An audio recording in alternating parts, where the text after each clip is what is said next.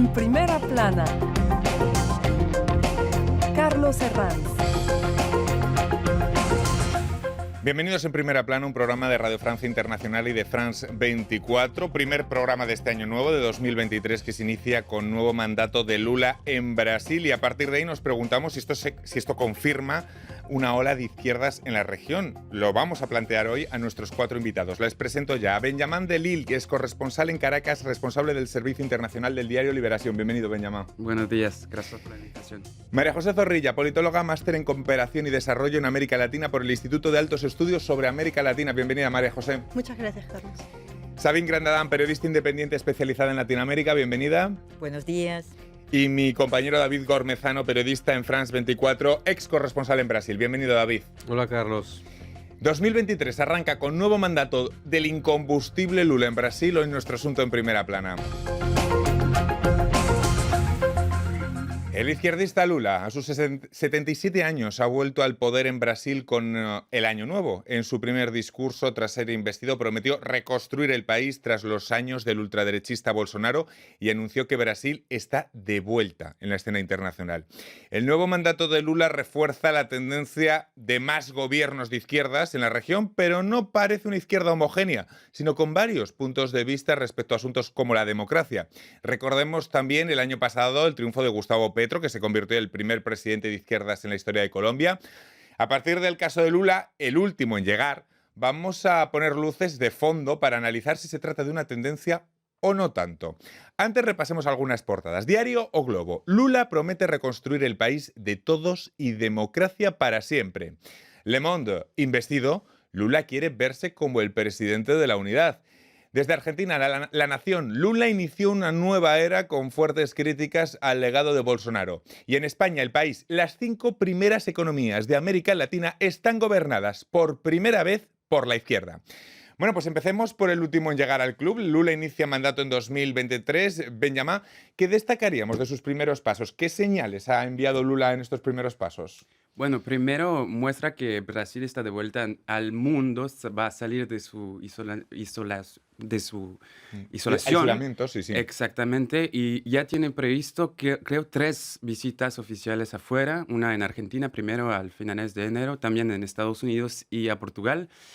Y las primeras medidas que ha tomado son medidas para rechazar al legado de Bolsonaro, pero no tanto. O sea, tiene una posición bastante difícil porque tiene que cambiar las cosas que ha hecho Bolsonaro, pero sin mostrarse como en una oposición radical a lo que hizo, porque tiene un país polarizado, con muchos brasileños que no quieren a Lula y va a tener que gobernar con este país muy dividido. Claro, lo hemos visto en las portadas. María José, Lula promete reconstruir un país que parece irreconciliable. ¿Cómo va a hacerlo? Claro, yo creo que justamente el mensaje principal de Lula a nivel en Brasil va a ser justamente esto, la unidad. Como sabes, recordemos que esta campaña presidencial ha estado fuertemente polarizada, claro, por grupos de extrema derecha, los militares, de nuevo, este fantasma de regreso a la dictadura. Y por otro lado tenemos, claro, el grupo de Lula con un posicionamiento hacia una nueva izquierda. Y creo que justamente Lula va a tratar de como dices, amistar este Brasil, estos 115 millones de brasileños a través de, por ejemplo, nombramientos de diferentes ministros. Esta semana Lula nombró 5 ministros afrodescendientes y 11 ministras mujeres, entre las cuales... Es el máximo que ha tenido Brasil, ¿no? Exacto, entre las cuales una de ellas es la hermana de Marielle Franco. Entonces, hay de nuevo esta oportunidad de reconstruir la democracia en Brasil. Hay algunos temas vistos desde fuera, Sabine, en los que sí que parece que va a haber un cambio de tendencia. Uno, claro, es la Amazonía, ¿no? La Amazonía, yo diría que es el eje principal de Lula con su nuevo mandato y apoyándose en todos los países vecinos y en programas que van a llegar muy pronto de colaboración, especialmente con Colombia, porque se habló Lula tuvo una cita con Gustavo Petro al día siguiente de su toma de posesión y decidieron organizar una cumbre para la Amazonía donde participarían los 11 países que tienen territorio amazónico. Y esa es una urgencia porque lo que encuentra Lula como situación en la Amazonía es peor de lo que tenía cuando tomó posesión en 2003, que logró revertir a lo largo de los años y que ahora fue completamente destrozado por la política de Bolsonaro. Mientras tanto, este eje prioritario de la Amazonía y de recuperar la biodiversidad, luchar contra la deforestación, se va a enfrentar a los gobiernos de ciertos estados amazónicos brasileños que están del lado de Bolsonaro, que están del lado de la explotación del agro, de mineral ilegal de la Amazonía. David, claro, es que este Brasil no es el mismo que el que entre 2003 y 2010 gobernó Lula. ¿En qué se va a diferenciar, por decirlo de alguna forma, Lula 1 de Lula 2? El Lula 1 era el candidato del Partido de los Trabajadores, con su historia, su trayectoria. Y el Lula del 2023 es el Lula de una coalición democrática que va de partidos de la extrema izquierda hasta partidos de la derecha conservadora. Cuyo primer objetivo era echar a Bolsonaro, pero ahora hace falta gobernar. Y ahora uno de los desafíos de Lula es de mantener esa coalición democrática unida sobre un tiempo largo, porque el Congreso brasileño está muy a la derecha.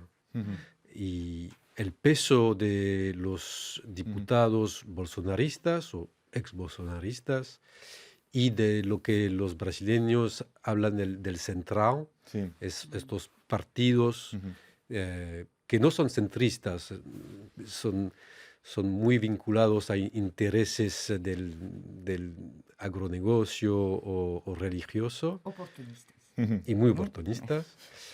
Bueno, tienen la mayoría de 2/3 para provocar un nuevo impeachment, una nueva destitución de un presidente. Así que si Lula no mantiene la unidad de su coalición, tiene esa amenaza de destitución, como pasó con Dilma. Tremendo. Vamos a tener que estar muy pendientes de ello. Benjamín, ¿darán Lula y Petro una mayor proyección a América Latina en 2023 o al menos una mayor coordinación interna? Yo creo que los dos quieren realmente impulsar a una dinámica de cooperación regional más fuerte, que al final nunca realmente existió.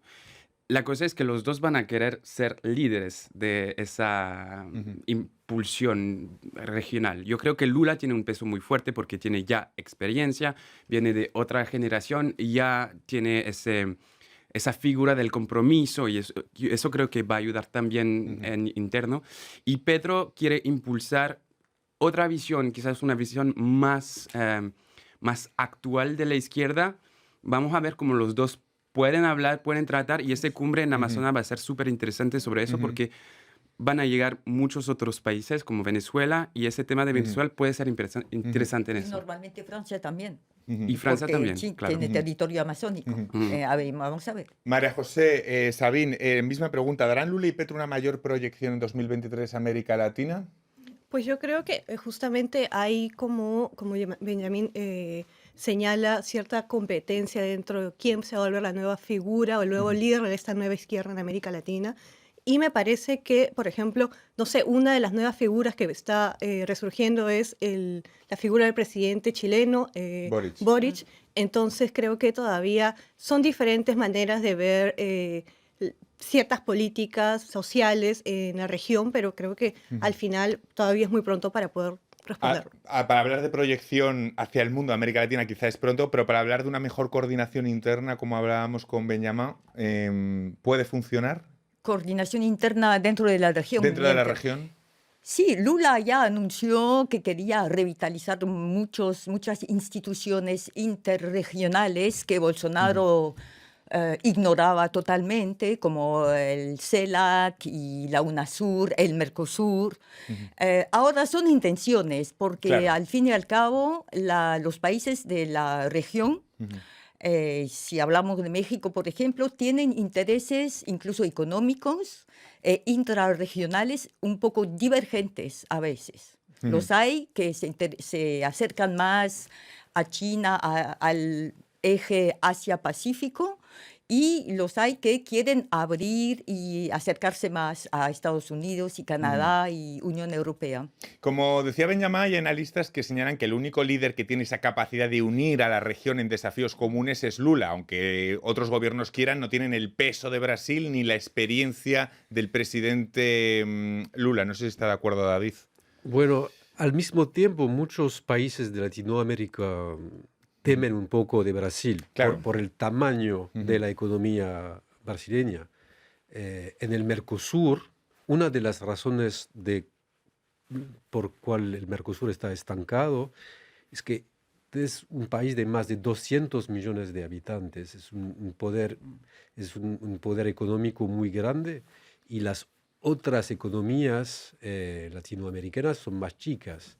En Argentina, por ejemplo, en un periodo de construcción del Mercosur, la industria argentina desapareció, unos sectores desaparecieron porque la industria brasileña era más competitiva.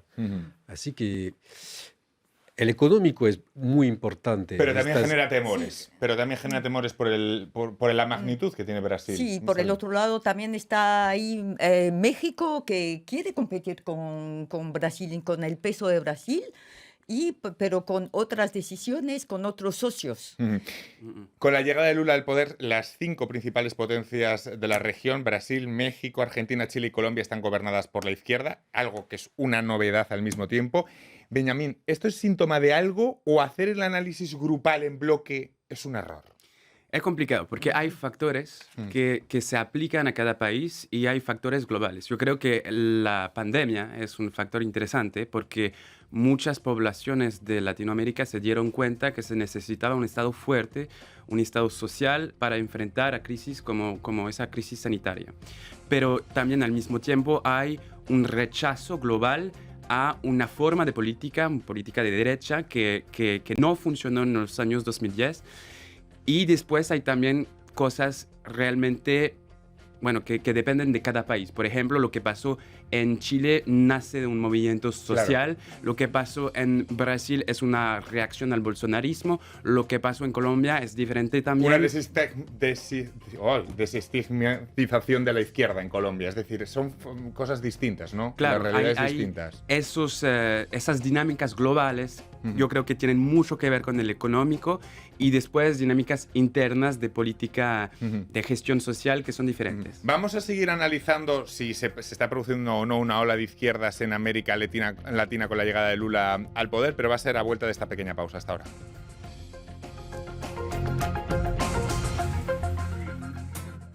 RFI, la selección del mes.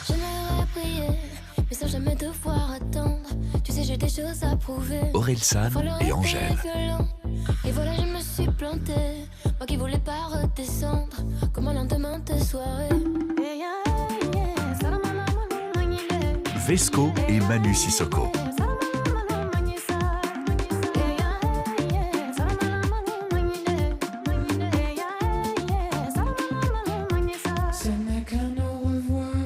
Jeanne Haddad. Ce n'est pas la fin. Je n'en mentirai pas. Tout ne va pas bien. Tu brillerai come luce sulla cité, brillerai. Époque et Davinor.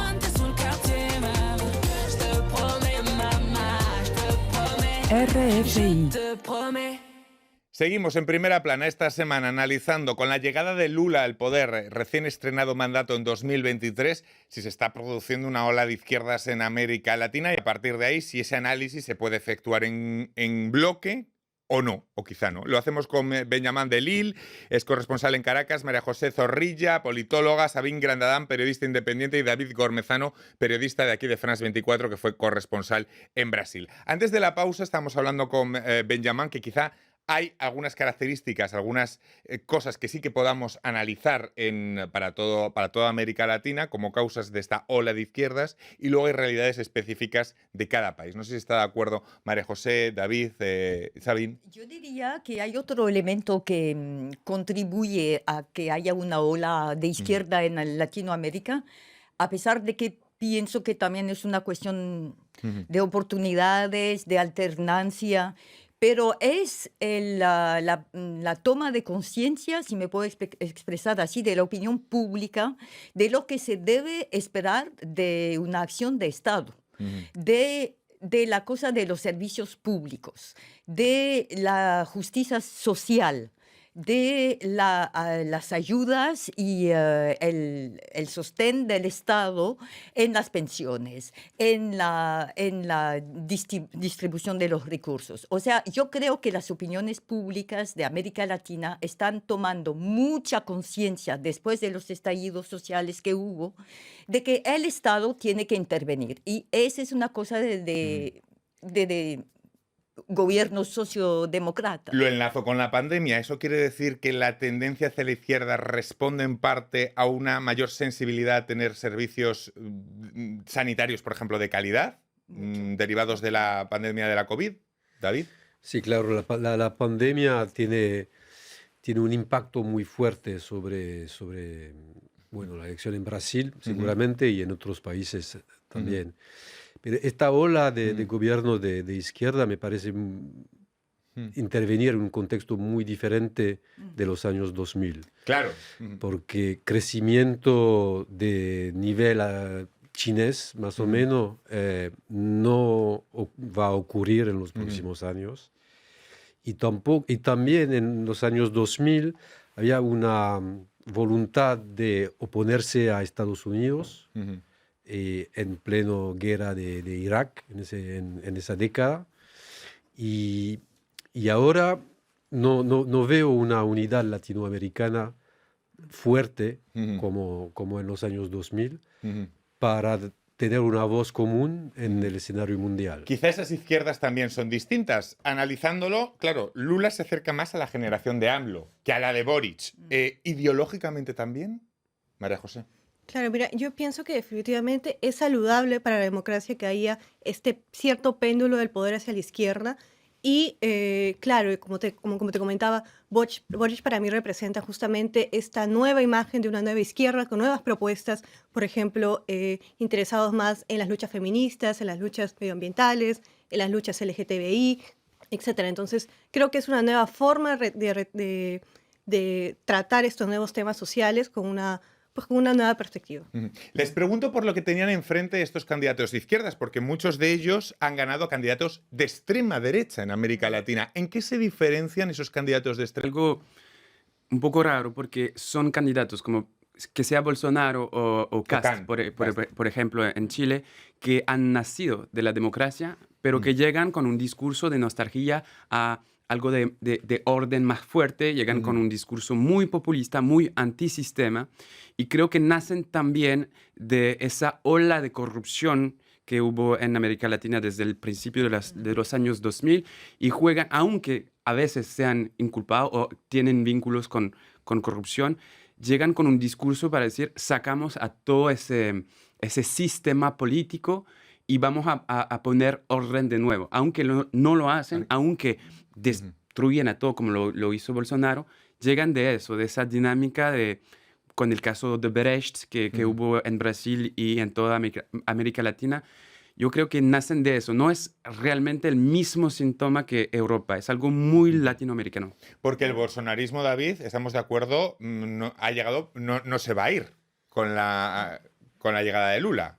El bolsonarismo va a quedarse en Brasil, con o sin Bolsonaro. Y eso es muy interesante. Va a volver Bolsonaro de Estados Unidos en las próximas semanas, meses, va a quedarse ahí en Estados Unidos. el bolsonarismo va... Sin Bolsonaro puede existir, ¿con quién? Eso lo vamos a ver en los próximos meses. Pero es seguro que si de nuevo la situación económica empeora en Brasil, el bolsonarismo va a volver con mucha fuerza.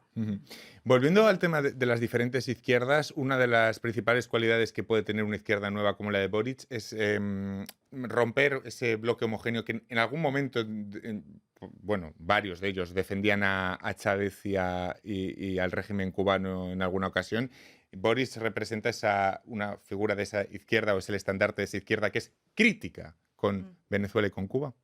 Claro, y de esa forma también se parece a un Lula, a un AMLO, Andrés Manuel López Obrador en México. O sea, son regímenes que se basan en lo concreto, en las acciones concretas y que se han alejado de un discurso más ideológico. Y yo diría que tienen una dimensión común, que es precisamente esa obligación absoluta de construir políticas de lucha contra el calentamiento global, que les toca a todos los países latinoamericanos, y que es una dimensión transversal que inicia e inspira medidas comunes dentro de un marco de ayuda a las poblaciones, de restablecimiento de la justicia social y de los pueblos indígenas, por ejemplo. O sea, este eje transcurre en todos los países a quienes les toca el calentamiento global, es decir, a todos. María José, la izquierda latinoamericana ya no es aquel bloque que defendía en su momento a Chávez y a los Castro. Definitivamente la izquierda ha cambiado en estos 20 años, desde los años 2000. Entonces, sí, yo creo que hay una nueva forma de reconfigurarse a la izquierda y una nueva forma de replantearse estas nuevas problemáticas, pero también, como lo hemos señalado, siento que la mayoría ahorita de líderes de izquierda son bastante pragmáticos, o sea, no siento que podamos realmente llamar a uno como pues un socialdemócratas o de izquierdas tradicionales. Siento que cada uno va a estar jugando los intereses que les corresponde para sus países. Mirando el año... Uy, David, si algo más me vas a decir. Quiero volver a los años 2000, Sí. porque hubo esta ola de gobiernos de izquierda y muchos fracasaron. Y yo creo que los nuevos líderes han aprendido de este fracaso.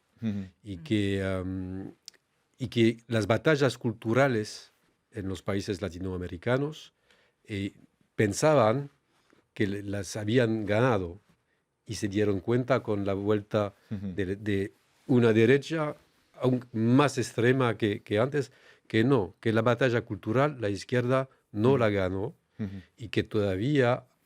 Y que ahora estamos en países que son muy fracturados, muy polarizados, mucho más que 20 años atrás. Y que ahora, perdón, pero no funciona el enfrentamiento al otro lado ideológico. Hay una cultura de compromiso que se instaló en la izquierda, creo. Lo vemos con Venezuela. Ahora lo que dice Petro, lo que dice Lula, es vamos a tratar de dialogar. Cambia muchísimo con lo que pasó con el Grupo de Lima, que era un grupo de los dirigentes de derecha, cuyo objetivo era sacar a Maduro. Ahora no dicen esto, lo condenan, como lo hizo Boric, pero dicen tenemos que dialogar porque el principal reto de eso es que hay 6 millones de venezolanos que han salido del país y esa presión migratoria es muy fuerte en América Latina. Es un interés global de, bueno, responder a esa presión. Sabine, un apunte más. Volviendo al tema del manejo de las izquierdas actuales en Latinoamérica, también una diferencia en cuanto a los años 2000 es que tienen opiniones públicas más agudas. Hubieron estallidos sociales, hay muchos movimientos, activismo. Y las opiniones públicas están esperando mucho en cuanto al papel del Estado dentro de un marco democrático. Es decir, como lo decíamos antes, los servicios públicos, justicia social. Me quedan muy pocos minutos, pero a modo de pinceladas, Agenda Política 2023 en América Latina. Vamos a estar pendientes de muchas cosas, pero entre ellas, muy importantes, las elecciones en Argentina. Te voy a preguntar, David, y también cómo van a continuar algunas crisis abiertas, como es el caso de la de Perú. ¿Cómo veis? Lo principal, en pinceladas, que tenemos que tener el ojo. Argentina, bueno, ¿qué va a pasar en Argentina en 10 meses? Primero, en junio, los argentinos hay un sistema que se llama los pasos. Sí. Y van a elegir candidatos. Van a medir el peso de diferentes candidatos. Y en junio vamos a ver si del lado del peronismo encuentran una fórmula, como la fórmula que permitió la elección de Alberto Fernández, con Cristina Fernández de Kirchner, vicepresidenta. Los dos se pelearon mucho en los últimos años. Cristina Fernández de Kirchner fue condenada en un caso de corrupción en diciembre. Y mucho queda de este lado del panorama político en Argentina, si el peronismo va a poder inventar una nueva fórmula para competir en la próxima elección. María José, Benjamín, 2 pinceladas, año 2023. Bueno, sobre todo para Perú me parece que ha habido una crisis, como ya sabemos, una crisis política sostenida durante todos estos años y ahora justamente con pues, la destitución del presidente Castillo y ahora el nombramiento de Dina Boluarte, las cosas en Perú están bastante complicadas y se espera pues nuevas elecciones generales de acá al 2024 y pues estábamos esperando una nueva constitución, pero pues lamentablemente el sistema político, el ambiente político no es fructífero. Pues no me da tiempo para más, estaremos muy atentos en 2023 a estos asuntos. Muchísimas gracias por haber compartido con nosotros nuestro primer programa como Lula de 2023 y a todos ustedes les esperamos la próxima semana aquí en Primera Plana. Gracias.